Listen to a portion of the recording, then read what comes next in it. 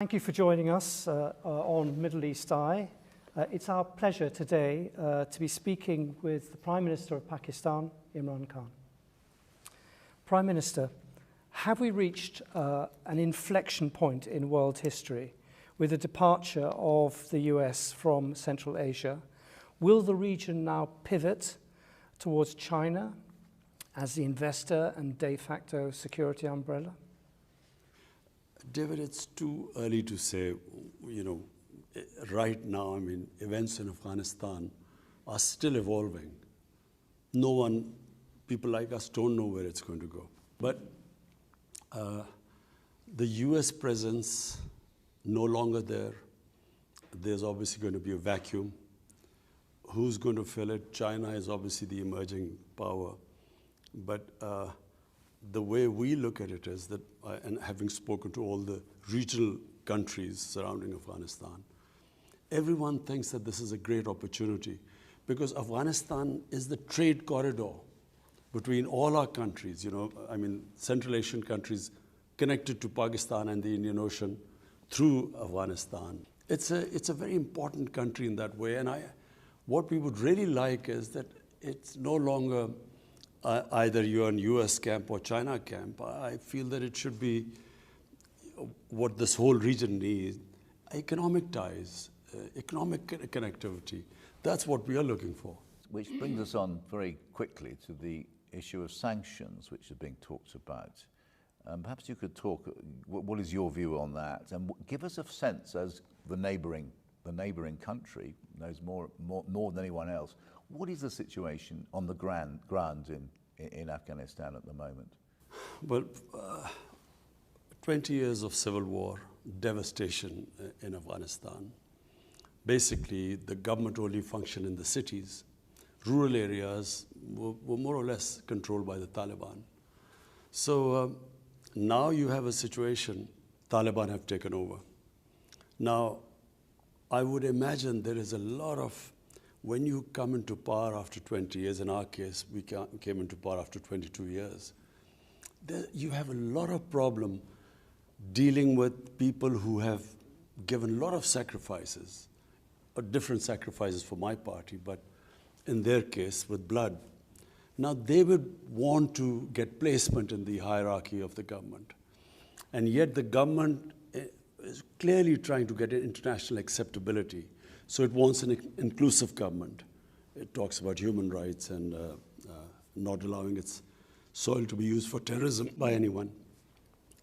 And I think this is where the world, it's a critical point for Afghanistan. The world must engage with Afghanistan. Because if it pushes it away, within the Taliban movement, I would imagine there would be hardliners. And so it can easily go back to the Taliban of 2000, 20 years ago. And that would be a disaster. Because 20 years of the NATO presence, $2 trillion down the drain, hundreds and thousands of people dead. And if it reverts back to that sort of crisis, chaos there, fertile ground for terrorists like ISIS, which is actually a real worry for all of us, especially for Pakistan. I think that it would be a total waste. It would be, what has the US got to show after that 20 years? So therefore, a stable Afghanistan government, which can then take on ISIS, and believe me, Taliban are the best bet to get rid of ISIS. That is the only option left. Isolating them, sanctioning them is going to, apart from anything else, apart from the chaos, it is going to be such a huge humanitarian crisis. Half the population is below the poverty line. The UN thinks that by next year, 95% of the population will go below the poverty line. Their government only depended, 75% of the government budget was foreign aid. So if they leave them like this, my worry is it could easily revert back to 1989 when the Soviets left and the US left, and 200,000 Afghans died in that chaos. And that's where Taliban emerged, in that chaos. So I think it's a critical time, and the US has to sort of really pull itself together because people in the United States are in a state of shock. It seems that they were imagining some sort of a democracy or nation building or liberated women, and suddenly they find Taliban back, and I don't think they have sort of found their feet as yet. There's so much anger and shock and surprise, but unless the U.S. takes the lead, we are worried here that chaos in Afghanistan, we are the country which will be affected more after that. What did President Biden say when you put these points to him, as I imagine you will have done? No, I haven't spoken to President Biden as yet. You haven't spoken to President Biden? Well, it's up to him. It's a superpower. You're the next door neighbour to Afghanistan. They've just spent it's in the situation you say. Whether the Americans like it or not, you have an immense influence on the country. And President Biden has not spoken to you. I find that absolutely astonishing. Our security chiefs have spoken. Our foreign minister has been in touch with the U.S. Foreign Secretary. But no, we haven't spoken. But we are in touch. All these things we have spoken to the U.S. that look. Are they listening to you? I think, at the moment, as I say, just watching the Senate hearing, there's shock in the U.S. They can't believe what has happened. They can't, because they were obviously misled. They were being told that democracy was coming and women are being liberated and this nation building and so on. They can't believe that Taliban are back in power, and most of all, that the billions of dollars spent on the Afghan army 300,000 Afghan army gave up without a fight. That's what they can't understand, because they were never given an accurate picture. I went to the US in 2008 and I spoke to the think tanks. Then there was Senator Biden and Senator John Kerry and Harry Reid. I spoke to them. I said, there will be no military solution. This is a quagmire. They talked about Iraq at the time. This was a much bigger quagmire. They didn't know the history of Afghanistan. So our army chief 2 years later went, General Kiani, he said the same thing to President Obama. He said, you're going to leave a big mess, we will have to deal with it, and you will not have a military solution. But unfortunately, I think they were led by the generals. And you know what the generals always say, what they've always said, give us more troops and we'll win, and more time. How do you assess how the Taliban have behaved since gaining power? I think, David, we have been so relieved, because we expected a bloodbath, and always when there's a civil war, a puppet government backed by foreigners like Soviets, like before them the British in the 19th century. When the Soviets left, there was a bloodbath. And we were fearing that in Kabul, when the Taliban came, and we thought there would be bloodletting of the sort of what happened after 1989. So it was peaceful transfer of power. So that was the best thing that happened. But also we felt that we would be blamed for this. But because 300,000 troops surrendered without a fight, clearly we didn't tell them to surrender without a fight. So the ground realities were that Taliban had become a popular movement, especially in the rural areas. And that's why the army gave up without a fight. And secondly, the Ghani government was corrupt to the core. They were, firstly they were perceived as a puppet government, then corrupt. People, who was going to fight for them? But you haven't fully answered David's question there, which is, it hasn't been as inclusive a government as we hoped. It hasn't. It's not. Women's education remains a huge problem. I mean, the future of women's cricket in Afghanistan, that lovely success story of Afghan cricket, and yet women's cricket doesn't seem to have a role. I mean, these are very serious things, and these are being watched in the West, because people are saying. I mean, it's been weaponized, if you like, but it's also true, isn't it, that if you are an Afghan woman, your rights have gone back 10 years, 20 years? Two things separately. Number one, is it an inclusive government? Not right now, but Taliban have so far stated that it's a transitory government and they want to include other people. What they have stated is that they will not include anyone from the former regime of Ghani. And really, they need an inclusive government because Afghanistan is a diverse society. It has mainly Pashtun, 50%, then there's huge Tajik minority. And I have tried my best with the Tajikistan president somehow to get them together. Then there are Uzbeks there, and Uzbekistan is trying to sort of get them together. So the neighbors are interested that they all form an inclusive government, so it's a stable government. About women's, please remember, Kabul, the women always had, the culture in Kabul for women was different to the rural areas. In the rural areas, women's lives hasn't changed. This is how they lived, it's a culture. It'll probably take time to evolve. The main issue is in Kabul itself. And Kabul, if you went there 50 years ago, the Kabul culture was different to the rest.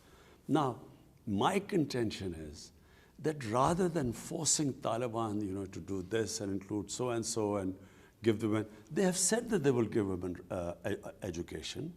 They have said that they will allow them to go to jobs. In the Islamic culture, I don't think they should be pushed to the point where there is clearly within the Taliban sort of the ground soldiers, who have a certain concept. You don't want to push them to a point because they don't have such clear leadership who can order them. And so I would imagine they would have problems from within. So give them time. They have made the right statements. We have no other option. What else are we going to do? If we sanction them, there's going to be the biggest humanitarian crisis in Afghanistan. Chaos there. So the best is to incentivize them to walk the talk, what they're saying, incentivize them. But if you force them, I would imagine the nature of the people is such that they will push back and they will, it will be counterproductive. Can I move on to the Pakistan Taliban, the TTP? I mean, on the flight over, I was rereading your wonderful book you wrote 7 or 8 years ago, Pakistan, in which you made the observation that once the Americans left, that was basically the cause of the instability, and then things would settle down naturally. The Americans have left, but have they settled down naturally? The TTP is a problem in Pakistan now, isn't it? It hasn't been solved by the departure of the Americans. Well, let's put it in perspective. What was TTP? TTP were Pashtuns along on the Pakistan side of the border. Just for the viewers, Taliban is a Pashtun movement. There are about 45 to 50% Pashtuns in Afghanistan. On the Pakistan side of the Durand Line, which was made by the British, are twice as many Pashtuns. But what is called the tribal area was the border area on the other side of Afghanistan. There were the Pashtun tribes, and there was actually no border. The Durand Line was never accepted. They used to move back and forth. Now we have fenced the border, but there was nothing there. Now, when the US invaded Afghanistan, they removed the Taliban. The Pashtuns on this side were completely sympathetic with the Pashtuns, not because of the religious ideology, but because of Pashtun ethnicity and nationality, which is very strong. So they turned against Pakistan. When we became an ally of the US, they called us collaborators, and they then started attacking the Pakistan state and started calling themselves Pakistani Taliban, which we hadn't had before we joined the alliance. So at one point, there were 50 different groups called themselves Taliban attacking us. There were 16,000 terrorist attacks inside Pakistan. 80,000 Pakistanis died. So as the American footprint decreased, so did this movement. The motivation went down because no longer were we collaborators. And now, clearly, we are no longer collaborators because there's We are not, allying ourselves with with anyone which is fighting the Pashtuns. So the motivation has gone down. Now we are trying to talk to those who can be reconciled because it's from a position of strength. I always believe, all insurgencies eventually end up on the dialogue table, like the IRA, for instance. So now, from a position of strength, we want to talk to them. Because in Afghanistan, the Afghan Taliban have assured us they will not allow them to attack us from Afghanistan side, which the previous government did. RAW, which was the Indian agency aligned with the Afghan intelligence agencies, they helped them conduct attacks. One was the biggest attack against the Chinese nationals here. So now, because the Taliban won't allow them, we now have talked to them who we can reconcile and give up their arms and live as normal citizens. So that's what we're trying. And the ones who, then obviously the government will take action. But I thought the TTP had been solved as a problem, and it's re-emerged, hasn't it, since the fall of Kabul? No, the TTP was always, it had been pushed out of Pakistan. We conducted a huge operation. I've been there. I've seen it. In North Waziristan. And I very much remember presenting a wreath to the 5,000 or more martyrs who fought in that terrible conflict. But you're talking to people who have slaughtered tens of thousands of Pakistanis. It must be very, very tough, that. Remember, Peter, there were about 50 different groups. Motivations of different groups were different.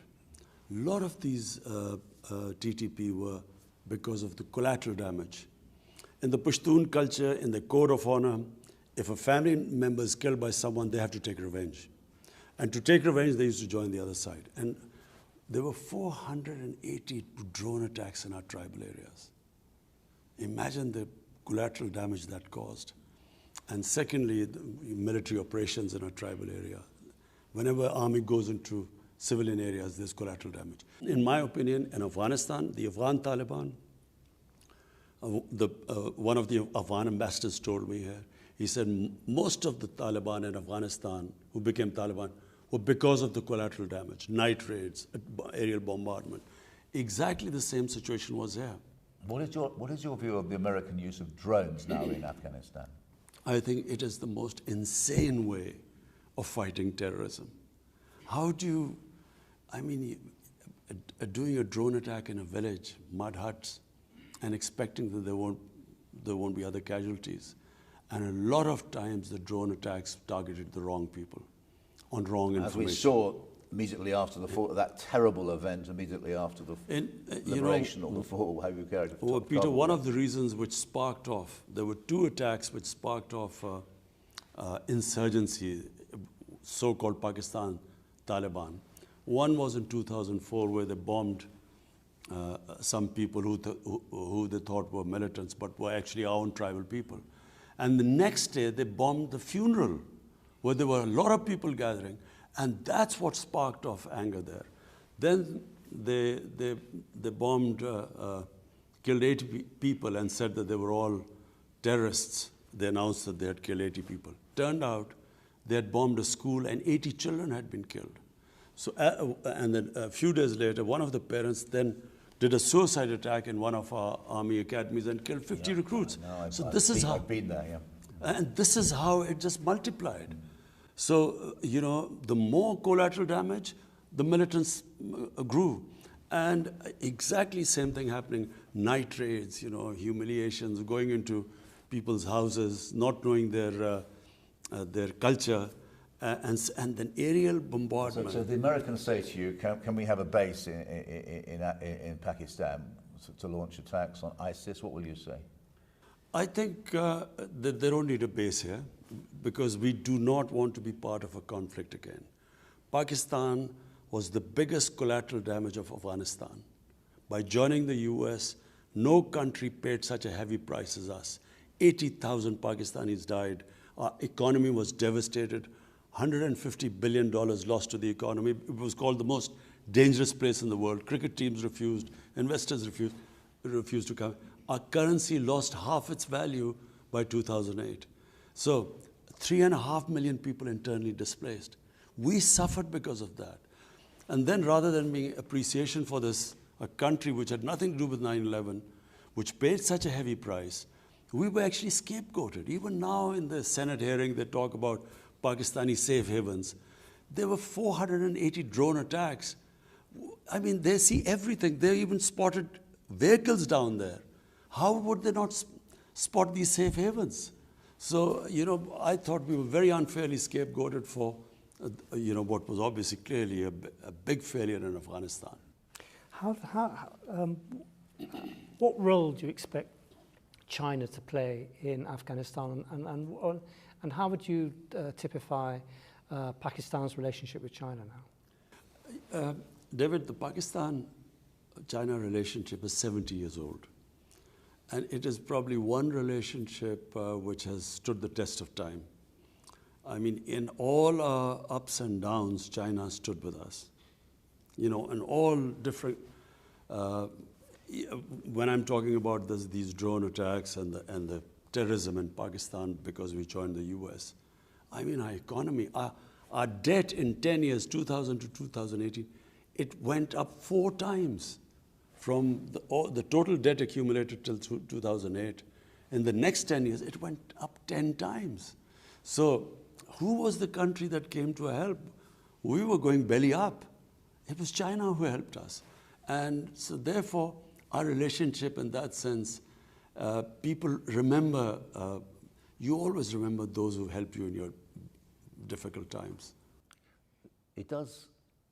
Why, the Uyghurs, I mean, there's no question that you are a senior Muslim leader, global, and you have been silent about what, at the very least, is a serious suppression of a Muslim minority in a neighboring country. Why is that? You see, Peter, I find these selective pronouncements on human rights, I think it is so immoral.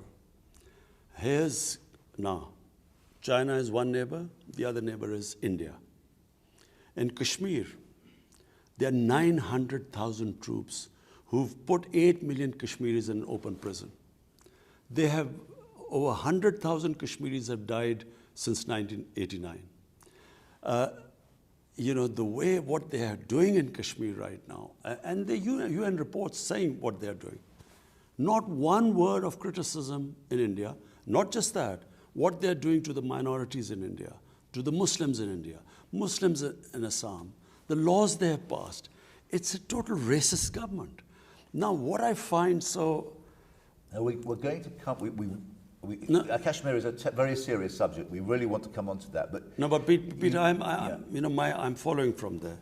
Now, they want us to criticize what's happening to the Uyghurs. We have spoken to China. The Chinese have given an explanation what is happening there. And our relationship with China is such that we have an understanding that between us, we will talk to each other, but behind closed doors, because that's their nature, their culture. We do not talk about it in public. But in public, all I want to say is that why is there not such indignance about what is happening in Kashmir by the same countries that want us to talk about the Uyghurs? And my second point is Peter, that there's the whole Muslim world is in turmoil. You go on from Syria to Yemen to everywhere, the Muslims dying.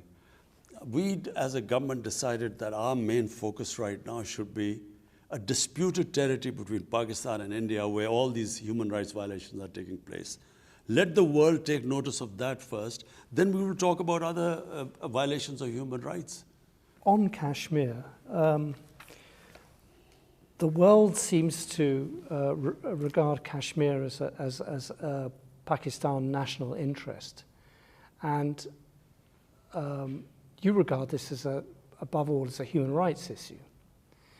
How can you separate the two agendas and get the world to focus on what's actually happening in India-controlled Kashmir? You see, David, Kashmir was a disputed territory between Pakistan and India, and this was confirmed by 2 United Nations Security Council resolutions, which said that the people of Kashmir will be allowed through a plebiscite under the UN auspices to decide whether they want to be part of India or Pakistan.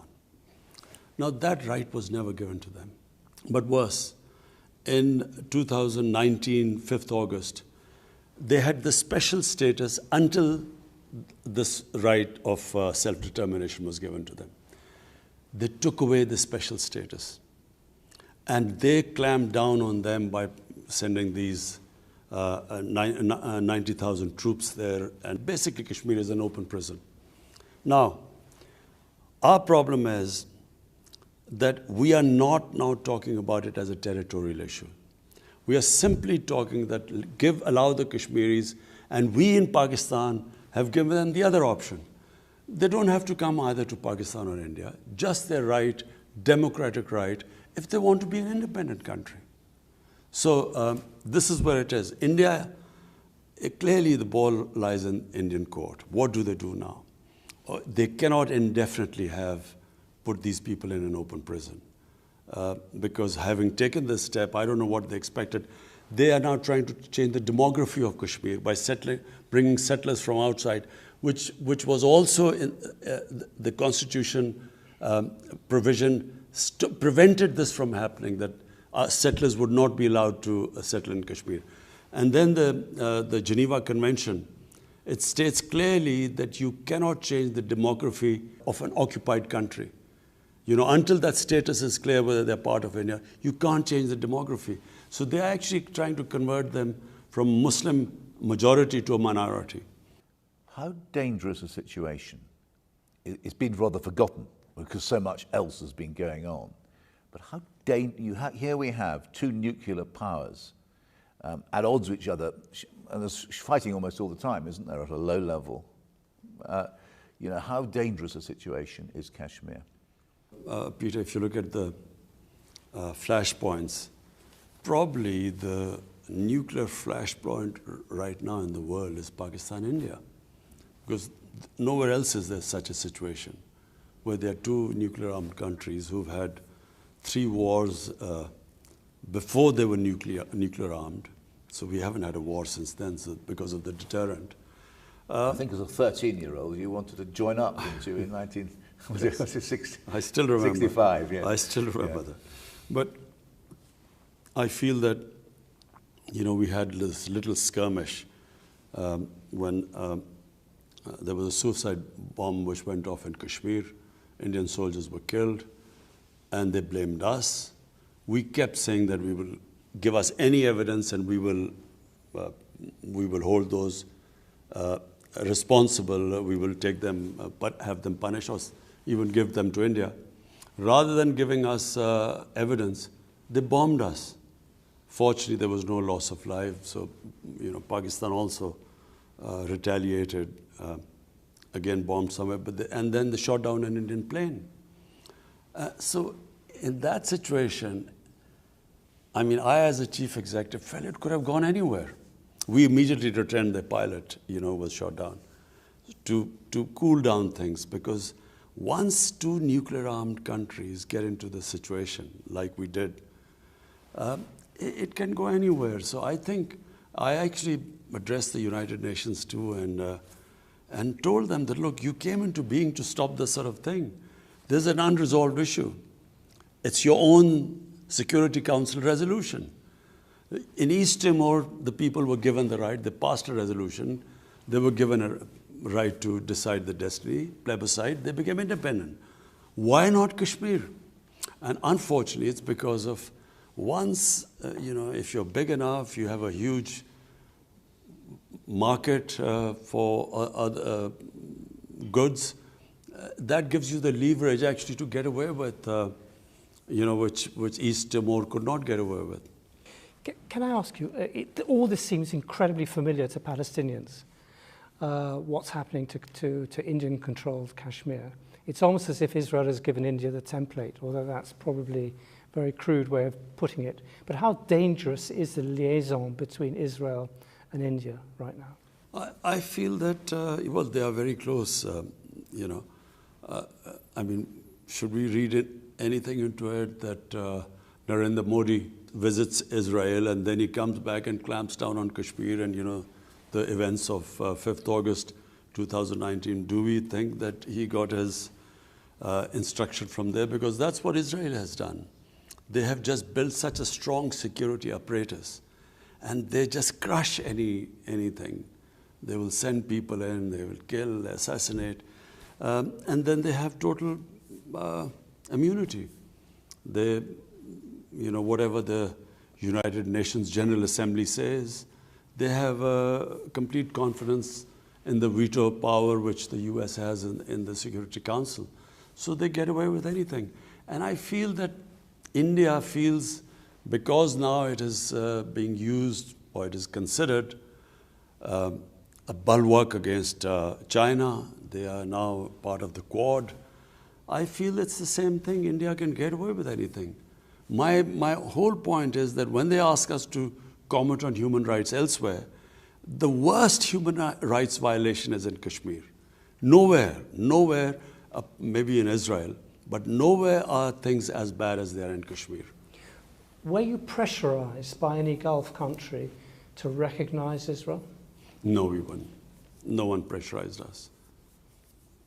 In any case, I mean, Pakistan is a democratic country. I mean, there's no way we can take a decision without carrying our people with us. So there was no, at no point did someone whisper in your ear and say, why don't you join? This is the incentive for joining the Abraham Accords. No one did. I wonder if I could change the subject and quote what I think are very prescient words from your book about Islamophobia in Europe.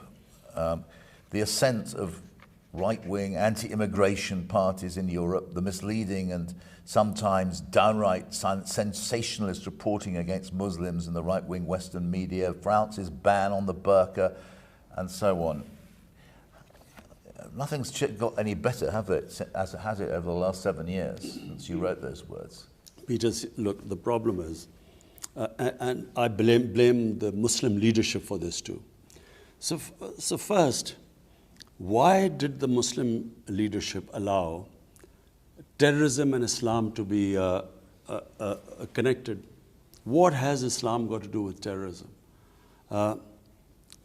Just now, this Indian variant of this COVID-19 came across, devastating the world. But the Indians said, look, don't call it Indian variant, call it Delta variant. Well, quite right, because why should sort of any virus be associated with any nation? Similarly, why should terrorism be associated with any religion? No religion would promote terrorism. I mean, so after 9/11, connecting Islam and terrorism, and then saying radical Islam, you know, as if there's some radical Islam which promotes terrorism. There is only one Islam, and that is of our Prophet Muhammad, peace be upon him. In Muslim communities, like every human community, they are moderates, they are radicals, they are liberals. I mean, if I first went to Britain, when I first went there were these guys called skinheads. They would beat up people who was a Paki. They would beat them up. Imagine if I looked upon the British societies through what the skinheads were doing. You can't define a religion or a human community by just concentrating on their extremes. So these people, we have our fanatics, like the gunman who walks into New Zealand walks and shoots down 50 worshippers. So when you say radical Islam, so for the man in the street in the West, how is he going to distinguish between a moderate Muslim or radical Muslim? How does he distinguish? So all Muslims become a target. This is what Islamophobia is. After 9/11, any incident happened, because I would spend more time in Britain because my children were young there, so I would go and see them. And it was like people would pray when some terrorist attack took place. Immediately the Muslims would pray, I hope it's not a Muslim, because everyone got branded. After 9/11, I never forget, this journalist called me up and he said, aren't you ashamed of being a Muslim? 1.3 billion people responsible for 19 fanatics or terrorists. I think I'm right in saying that was Martin Bashir who rang you up. Yes, not the best of the journalists, but he called me up. I was so shocked by it. So this is the problem, what has happened. What is Islamophobia? People do not realize radical Islam, moderate Islam. I mean, in the Western, how does a man in the street?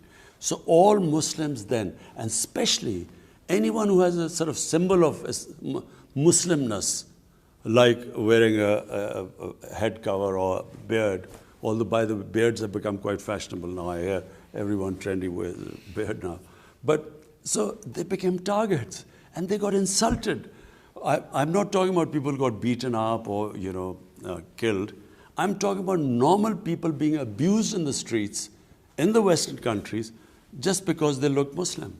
So I think it was very unfair. We Muslim leaders should have talked about it, de-linked Islam and terrorism.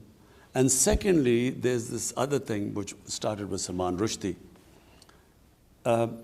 People in the West do not treat religion like we do.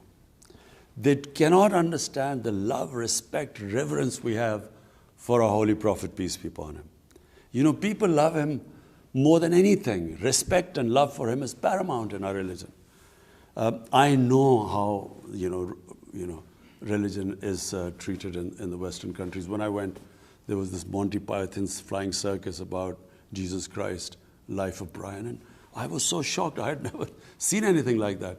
But people in the West would say that is a difference between the Muslim world. I've heard them say, and the West, i.e. the West supports free speech and Muslims don't. And but Peter, that's what I'm trying to say. So I know the difference. I know how the West treats religion. But I also know how they live their religion and the place of the Holy Prophet. They can't understand it because of their view. So it was up to us to make them understand. That look, you can write, there's so many interpretations of the life of the Prophet, Western interpretations, no one comments on it, but don't ridiculous him, don't mock him, don't insult him, which is what Salman Rushdie did, and the West didn't realize. But what he said was the most insulting thing for Muslims. It was the most, it is the most degrading thing to the things he said about our Prophet. Therefore, it was a question of we Muslim leaders should have explained to the West that, look, just like, and I quote this, Holocaust, it caused a lot of pain to the Jewish community. So, even interpretations which do not, which are not misinterpretation of Holocaust, I mean, there are countries in Europe where there's a jail sentence for that because it causes pain to them. All I wanted them to understand is no one should be allowed to cause pain to human communities if we have to live in a sort of global village. Therefore, we Muslims must every human community must define what gives them pain. This is what gives us pain. So all you have to do is not mock and ridicule and insult it, our Prophet, but their interpretations. You can write history. I read his historical books all the time by the Western writers about Holy Prophet and their interpretation, which we don't agree with, but no one objects to it. But it's not just skinheads beating up Muslims, in your phrase. It is Emmanuel Macron using Islamophobia to outflank the extreme right in France. That's a big step up from what's happened before. You see, I feel that President Macron doesn't really understand, how is he going to deal with the Muslim community there. Unless he understands that, there will be this vicious cycle. There will be someone who will, again, as I said, insult our Prophet. Among the fringes, there will be an over-the-top extreme reaction, even stabbing or something. That then will raise outrage in the French society, saying, look at these people, they don't understand our freedom of expression is like a religion. They will react like that. Police will clamp down on mosques and something. They will then marginalize the Muslims more. From that marginalized community will again someone do. So they are caught in this cycle. And to get out of it, all they have to do is, there must be an understanding that, look, if either you decide to expel all the Muslims from there like Spain did in 1492, or there must be some code of existence together. In Pakistan, we have this blasphemy law. The blasphemy law was made by the British when they were ruling India. What was the blasphemy law? That if there are 3 different human communities living in a village, previously what would happen is that someone would insult a sacred entity of the other community, there would be a riot, people would be killed. So they then said, look, this is not allowed. So instead of there being a riot, they would go to the police saying that, look, he's insulted my, and accordingly they'd act. So it was a deterrent not to insult other people. There has to be some sort of an equilibrium in the French society. Otherwise, my worry is that this cycle will keep going on and on. I know you've been very generous of our time. Can we ask 2 more questions? The first is climate change. We've got the big conference, I think it's next month in London. Will you be going? I'm planning to go. And what will be your message at this? I mean, many people say this is the last chance to save the world from some cataclysmic disaster. Do you agree with that? Peter, some of us, who've lived by nature, because I grew up, really where I lived was like a village, outdoors. It's now almost central Lahore. It is now. Zaman Park. It is. You can't sit outside it. It's like on the edge of a motorway. And then all my hobbies were, I would love trekking. Pakistan has the most beautiful trekking in the world. And then I loved this. In the winter, I loved partridge shooting, which was a beautiful time here. And so my life was outdoor. And then cricket outdoors on, beautiful grounds. People like us saw this change coming. You could see gradually the temperature getting warmer. And people in the villages, people who live by nature, also sense this. Maybe 20 years ago, you saw this happening. But the world, I think, in the last 2 years, have suddenly discovered these strange weather patterns. And countries affected, like I'm in Germany, look at what happened in Germany and so on. So, and the fires that are in California, Siberia, in Mediterranean countries. So people have begun to realize that we are really now, the human survival instinct has, I feel, kicked in. They are realizing that if we keep going at this rate, things are just going to keep getting worse. And therefore the emergency. My only worry is that the countries that are responsible for these carbon emissions are the developed industrialized countries. They are the ones who are really responsible for the high percentage of emissions. But I feel that they are making the right noises, but they are not willing to take the hard decisions because it is going to be difficult. When you change to renewables, it's going to be difficult, a little painful. Already they are talking in Europe about, the gas prices going up and so on. So I think that unless and until they walk the talk, what they are saying, they then, do it. They put their money where their mouth is. It's not going to happen because when you worry about your elections, you worry about unemployment.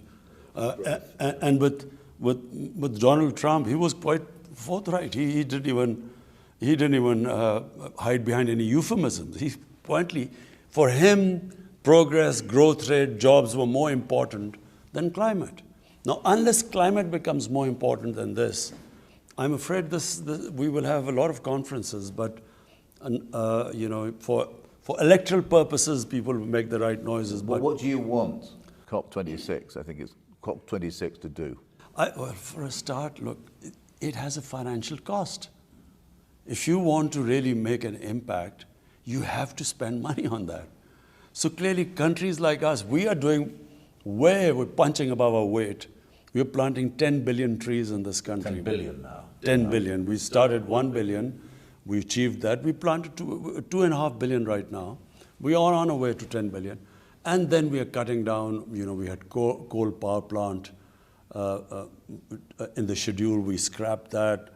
And there's one going which, if we get some funding, we're willing to change that to, to renewables. And then we're trying to preserve, we're making different ways of preserving, our water supplies and increasing our oxygen, cleaning our rivers. Whatever we do, unless the richer industrialist countries, unless they take steps, I'm afraid, we don't. Our contribution to emissions are negligible, about less than 1%. To move on, finally, apparently you used to be a cricketer. England, the ECB cancelled a 5-day tour of Pakistan against the advice of the British High Commission, apparently. What was your reaction, given that all that Pakistan had done for English cricket in the last 2 years of those 2 tours, they come to the rescue during COVID, and then the English Cricket Board just cancels with no real... what did you make of that? What message did that send? Well, I've seen the evolution of Pakistan-England cricket ties over the years and with the other countries. I think that there is this... still this feeling in England that they do a great favor to play for countries like Pakistan. One of the reasons is that obviously the money is a big player now for the players as well as for the cricket boards. Indian cricket board now is the richest cricket board in the world. The money lies in India. So India basically now controls world cricket. I mean, they do whatever they say go. No one would dare do that to India, because they know that the sums involved, India can sort of produce much more money. So therefore, I felt that I think England let itself down. I didn't criticize, I didn't say anything. But I think England let themselves down because I expected a bit more from England. I did not expect them, just unilaterally without even consulting anyone. And of course, the biggest worry of protection of the foreign teams is for us. Imagine if something happens in Pakistan to a team, we are responsible. And we have one of the best intelligence agencies in the world. So I checked thoroughly. We had completely secured everything. I mean, even the New Zealanders, they got scared and they left. But in the end, I didn't really comment on it. I think the teams let themselves down. I think New Zealand let itself down by just from the stadium cancelling a tour on something which we know was a fake news, which was initiated by some Indian through Singapore. We know that. And, they got worried and they left. And then England, without even consulting anyone, they left. I think England let themselves down. And let Pakistan down too, because it's very important, isn't it, that after the terrible events a decade ago with the Sri Lankan team, that you've had this long period of coming back to world cricket, and then suddenly at the very last minute for England to turn their back on you, it was a kick in the teeth. It was disappointing, but I think England should analyze what they've done, the England team. They should ask themselves the question, what would they think if some country did that to them? That when they were finally, and they had gone to that country in difficult times when no other team would tour, and Pakistan went to England at that time when there were COVID restrictions. And then, how would they have felt if it had happened to them? Thank you very much, Prime Minister.